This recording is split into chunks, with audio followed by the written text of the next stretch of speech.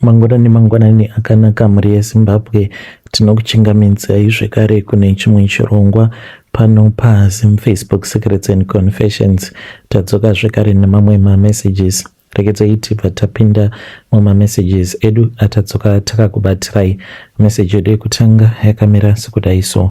Hanzi, makadai zvenyu mukoma, ndinokumbirawo kuti munge muchindiposterawo nyaya yangu makavigawo chitupa changu. Saka gogo vangu pavakashayika vakafa gogo apo pavainge vachienda kunoroya. Saka vafa kudaro ndini ndakabva ndachizoitwa musara pavana wezvidhoma zvavo.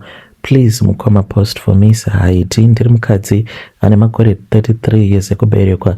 Ndinogarawo muno munyika yevatorwa muri muSouth Africa nemurume wangu, asi kuno kuJoni hakuchagarika nekuda kwezvinhu zvandakasiyirwa nambuya vangu. Mukoma, nyaya yangu yakatangira pandakachengetwa nambuya vangu. Amai vaamai vangu ndivo vandakakura ndichigara navo. Mai vangu vainge vaenda kuBotswana vakabva vachizoroorwa nemurume wavo umwe zvekare, asi vainge vasingadi kuti murume wavo ange achiziva kuti vainge vaine mwana kumusha. Handizivi kuti amai vakazviitirei izvi, saka kuti ndinge ndichigara naamai vangu zvainge zvisingaite. Ndakakura ndichigara kunonzi kuBanket paPlazi, ndipo paishanda mbuya vangu, saka taigarawo mukomboni. Saka murungu paakazoenda takazotama tikaenda tikatanga kugara kuShamva, tainge tichigara kunonzi kwaGono. So tichigarako ikoko mukomanashe, ndipo apo gogo vangu pavakabva vachizotanga kurwara. Gogo vangu vakati vachirwara kudaro ndo pavakabva vachizondidaidza nerimwe zuva vakabva vati kwandiri, muzukuru wangu uya kuno. Ndakabva ndachizoenda umo mavainge vakarara. Saka pandakapindamo mukoma ndakaita sekunge ndakaona vision. Gogo vangu kutangira pachiuno apa kudzika kuzasi vainge vakaita kunge nyoka, iya nyoka inonzi shato. Saka ndakabva ndavhunduka. Vakangoseka vakabva vati, ko chii nhai muzukuru, ko uri kuvhundukei? Ndikabva ndavaudza kuti ndainge ndaita sekunge ndainge ndaona vision. Vakabva vanditi, usandiudza, usazvitaura ari masikati, ngatimirirei kusvika kunze kwasviba. Vakabva vandiudza kuti musi iwoyo usiku ndainge ndisingafaniri kuti ndinge ndichibika sadza. Ndikati, zvino ndobika chii nhai gogo? Vakabva vati kwandiri ndaifanira kuti ndinge ndichizobika porridge, asi kana ndabika porridge ndinobika riri porridge rezviyo, uye zvekare ndinofanira kuti ndinge ndichizobika nyama. Vakanditi unofanira kuti unge uchibata huku iya yangu. Pane imwe huku yavo iyo yavainge vachifarira chaizvo. Vakati ndiyo huku yauchabata nhasi uno. Kana waibata huku iyoyo ndinoda kuti unge uchizoiuraya, then wobva wachizoibika. Asi kana woibika mushure mekunge waiuraya, usaita zvekuigura musoro, uye zvekare usaiundura, unongoikanda mupoto yakadaro. Ndichazokuudza zvekuita. Asi kana iri sehuku unofanira kuti unge uchizotanga kuibika kana kunze kwasviba. Mukomanashe dzakati dzava kuma4:30 vakandidaidza zvekare vakabva vanditi, chitanga kubika muzukuru wangu, asi bika porridge. Porridge iri rinofanira kuti ringe richinyatsokukwata, wazvinzwa? Mukomanashe ndakabatidza moto kubva kuma4 ndikabva ndagadza chipoto changu. Mvura yakabhoila kusvika yapera. Ndaiti kana ndikabhoilisa mvura ikapera, pobva vanditi, muzukuru wedzera imwe. Kuda ndakashandisa kana 20 liters chaidzo ndichingobhoilisa, because mvura iyi ndakaibhoilisa kwe2 hours. Apa vainge vakangotarisa zuva chete, nekuti ndainge ndatoita vekutoburitsa panze vachiti ndikuda kukuona uchibika muzukuru wangu, ndokubva ndawaridza panze. Vainge vakangotarisa zuva. Zuva zvino rakazoti rapota kuseri kwechimwe chikomo, ndipo pavakabva vachizonditi, muzukuru chitanga zvako kubika porridge rako. Saka ndakabva ndachizotanga kubika paya. Ivowo vakabva vawana simba. Zuva mushure mekunge rapota kuseri kwechikomo vakabva vachizonditi ndinge ndichibata huku iya ndakaitadza huku iyoyo mukoma. Ndokubva vachizosimuka vakati haungamboigoni, inotoda ini nekuti ndini ndinoinzwisisa. Vakabva vachizomuka kwava kutotanga kutofamba, vakamhanyisa huku iya vakaibata. Vakabva vanditi but anofanira kuti ange achiiuraya ndiwe muzukuru wangu. Vakabva vachizondipa huku iya, vakandipa huku nebanga, asi banga racho rainge risina mubato. Ndikati gogo, ndinogocheka sei nebanga iri risina mubato, ndingasazvikuvadza here? Vakabva vanditi kwete, haungambozvikuvadzi, tora banga iroro, kana waritora ndorauchashandisa kuuraya huku. Mukoma ndakabva ndaita sezvandainge ndaudzwa nagogo, ndokubva ndatora banga riya ndikabva ndauraya huku iya. Ndakangoita zvekungoicheka pahuro apa, then vakabva vanditi ndinge ndichisvinira ropa mupoto imomo. Ndokubva ndaita sezvavainge vandiudza. Ndapedza kuita saizvozvo vakabva vanditi chibura hako porridge, asi kana waribura noda kuti unge uchizorisa padhuze nemoto kuitira kuti tinge tichizokwanisa kuzoridya richidziya. Ndakaita sezvandainge ndaudzwa nagogo vangu. Ndapedza kudaro ndakabva ndachizotora umwe mugomo, ndokubva ndachizoisa mvura mumugomo muya, ndikabva ndachizokanda huku iya ndisina kana kuiundura. Vakabva vanditi tainge tichazoidya yakadaro. Mukoma ndakatomborutsa mushure mekunge gogo vandiudza kuti tainge tichazodya huku iyoyo isina kuundurwa. Vakangoseka zvavo, then vakabva vachizopinda mumba mushure mekunge vaona kuti huku yainge yaibva. Mukoma ndokubva vachizonditi ndinge ndichizouya nayo mumba. Ndakati ndichingonopinda mumba ndakabva ndaona kuti gogo vangu vainge vawaridza chimhasa, asi pachimhasa ipapo painge paine zvuma zvainge zviripo, uye zvekare painge paine dehenya regudo ende painge paine chiwoko.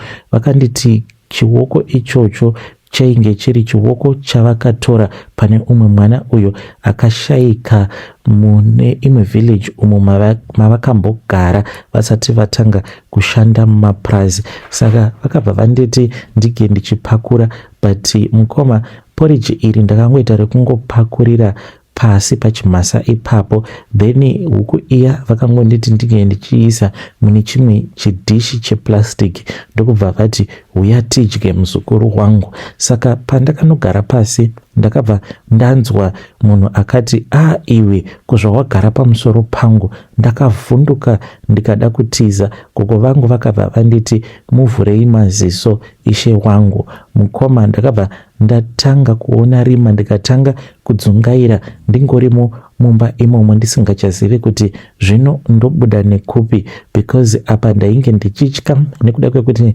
ndainge ndanzwa munhu ainge ati iwe wandigarira wani. Then ndokubva vachizonditi usatya, chivhura maziso ako. Pandakavhura maziso angu mukoma ndakaita sekunge mumba matainge tava kugara mainge mava nemagetsi. Ndakabva ndaona kuti gogo vainge vakagara, asi vakagara kudaro vainge vakamonererwa muchiuno mavo neshato, uye zvekare painge paine zvidhoma zvitatu izvo zvainge zviripo. Chimwe chacho chainge chichitakuridza tsamwa, chaiti kana chikanditarisa chobva chadzungudza musoro chichiridza tsamwa, chichiratidza kuti chainge chichida nezveupenyu hwangu. Asi chaiti kana ticharidza tsamwa kudaro, gogo vangu vaibva vati iwe uzive nzvimbo yako, uri kuda kumuita sei? Chobva chatanga kudzungudza musoro chichiti haangandigarire kamama, sei andigarira mukasiya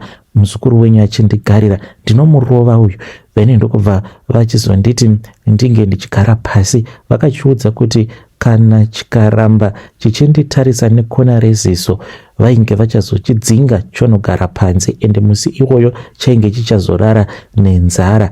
Then ndokubva vachizoti kwandiri taifanira kuti tinge tichizotanga kudya. Mukomana she ndakati ndichitanga kudya kudaro ndopandakatoona kutoti nyama iyo yatainge tangobika yainge ichinaka sei, even though huku iyi tainge tisina kuiundura yainaka kwazvo. Vakanditi kudya kwatainge tichiita, even though tainge tatanga kudya zvedu, but vainge vaine shamwari dzavo dzekudhara dzainge dziri munzira. Vakati vainge vaine imwe shamwari yavo yekumozambiki neimwe yekuMalawi, vainge vari munzira vakadzi ivavo vachibva kumozambiki nekumalawi vachiuyawo kuti vange vachizodya. Saka takadya zvedu, but vainge vachiita zvekukonorera vachiti musapedza chikafu chose. Ndokubva tachizoti tapedza kudya takanzwa nokupadho, vakabva vati vasvika, vakabva vachizoudza chimwe chidhoma chavo, vakabva vachiudza kuti chainge chifanira kuti chinge chienda kunovhura dhoo. Chakaenda chikangonomira padhoo chikabva chatodzoka zvacho. Then ndokubva vamwe vakadzi vachibva vachizopindamo imomo murumu matainge tiri, vakabva vagara nesu vakatanga kudya, asi vainge vachingotaura nagogo, ini vainge vasingataure neni. Saka gogo vangu vakazondiudza kuti ivo vainge vari muroi. Vakati, muzukuru wangu, handisi kuda kuzotambisa simba shoma iro randasara naro. Simba iri ndo randinoda kuti ndike tichizoshandisa pakunorwa nemhando dzangu ndisati ndafa. Ndokusaka ndakuratidza chiratidzo ichi. Ndoda kuti unge uchiziva kuti gogo vako zvino vava pedyo nekufa. Zvino ndine zvinhu zvangu zvandiri kushaya kuti ndosiyira ani. Vana amai vako vose vakaramba. Gogo vakabva vandiudza kuti ivowo vainge vakaita zvekupiwa mushonga yose yavainge vachishandisa, zvekare neshave vainge vakaita rekupiwa navamwene navatete vavo, ende kuramba zvainge zvisingaiti. Vakati dai ndainge ndakaramba muzukuru kana marriage ingadai yakaparara. Saka vakabva vachizobvuma kugamuchira uroi hwavamwene vavo. Vakabva vanditi, newe muzukuru wangu unofanira kuti unge uchigamuchira zvinhu izvi, nekuti kana ndisati ndawana munhu wekuzvipa ndinongoramba ndichirarama muzukuru, ende kurarama kwandinenge ndava kuita ndinenge ndava kutorwidzana naNyadenga, nekuti nguva yangu yekuti ndike ndichifa yakwana. Plus zvinhu izvi zvinozotanga kundirova nekuda kwekuti ndinenge ndava kusakwanisa kuzvipa zvokudya. Asi kana ndikazvipa iwewe ndinoziva kuti uchazvichengeta, uchazvibikira. Vachitaura neni kudaro, mukoma ndainge ndichingodikitira, nekuti ndiko kainge kari kekutanga kuona chinonzi muroi. Ndinoseka zvangu vanhu vose apo pavanenge vachingoti uri muroi iwe. Kana muroi ukamuona live and direct haufe wakati bufu kuti uri muroi, because kana yava nguva yekuti shavi iri rinenge rakugara, chiso chako chinoshanduka ichi.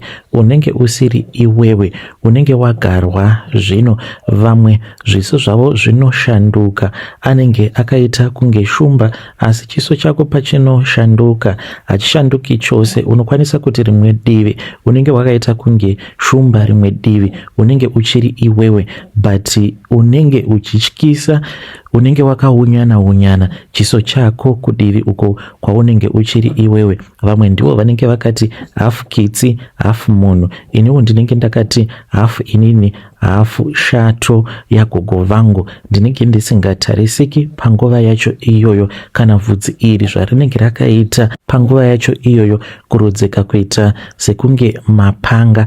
Vakadzi avo vainge vashanyira gogo vainge vachingogutsurira musoro vachiti anofanira kuti ange achigamuchira, haana choice, anofanira kuti ange achigamuchira.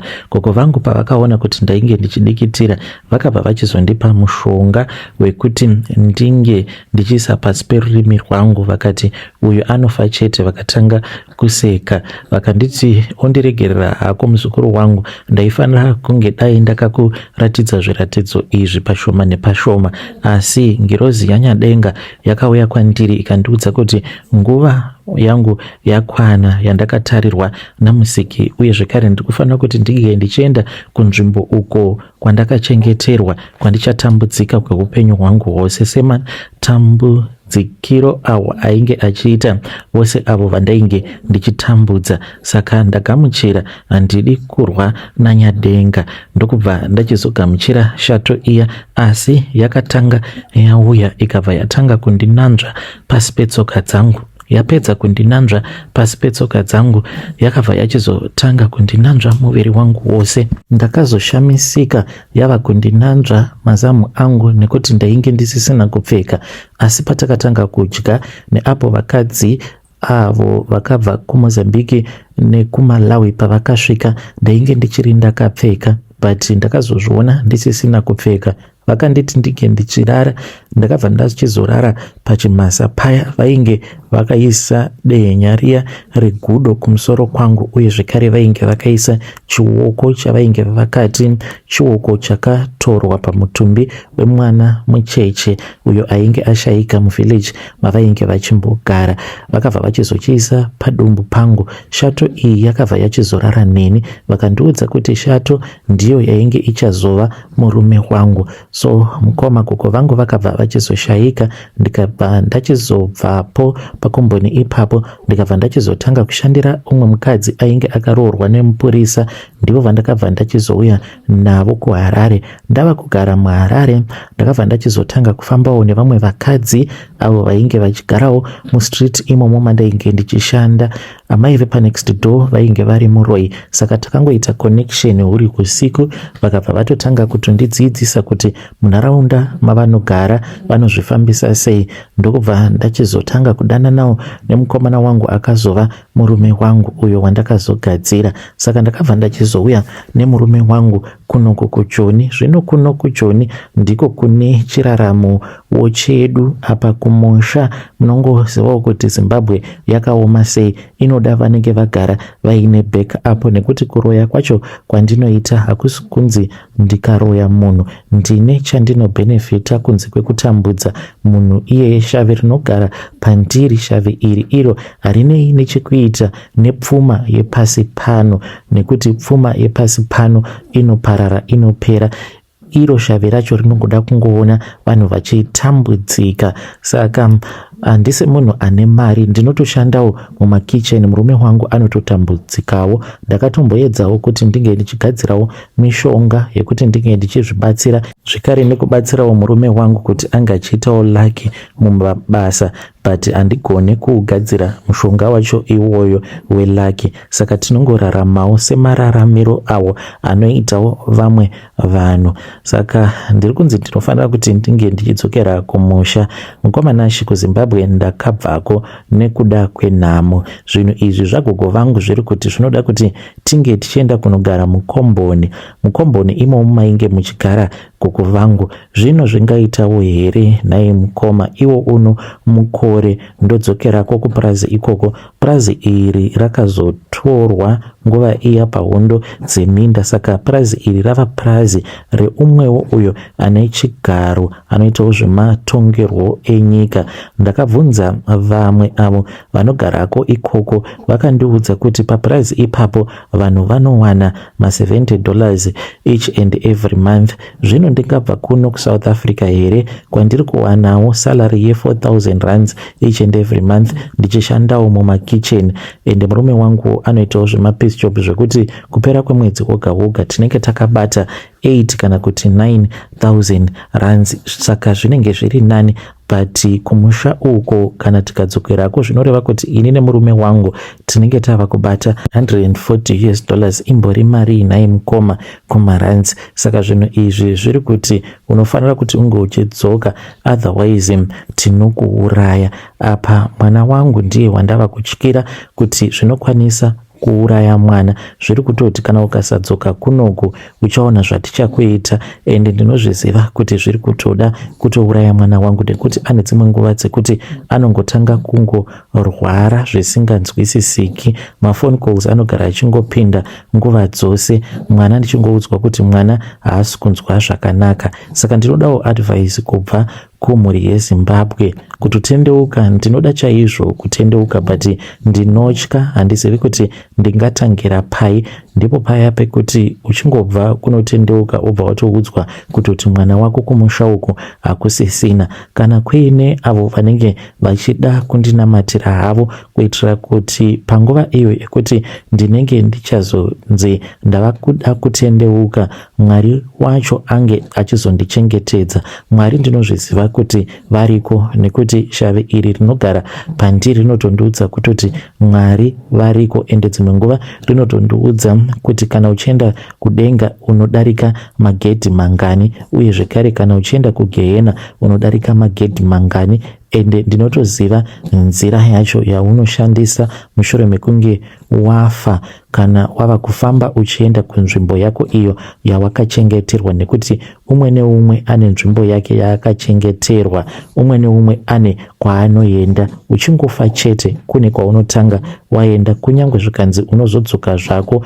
uchida kupedzisa kana riri basa raunenge wakasiya risina kupedziswa, but unotombotanga waenda kunzvimbo uko kwaunenge wakanzi kana wafa ndiko kwauchaenda nekuda kwemabasa ako awo awainge uchishanda. Mashoko akataurwa nagogo vangu vasati vafa mamwe acho anotyisa, because ivo vakangoti muzukuru wangu ndava kuenda kugwenga, handizivi kuti ndichazodzokawo here, asi shungu dzangu dzainge dziri dzekuzodzokawo pasi pano pezuva, ndinge ndichizoraramawo ndiri pakati panyika yevapenyu, nekuti kwandiri kuenda kugwenga hakuna chiriko ende kunorwadza kurarama. Ndo kwavanoti ivo ndo kwavakaenda ikoko kuti vange vachimbochengetwa vachimirira kupera kwenyika.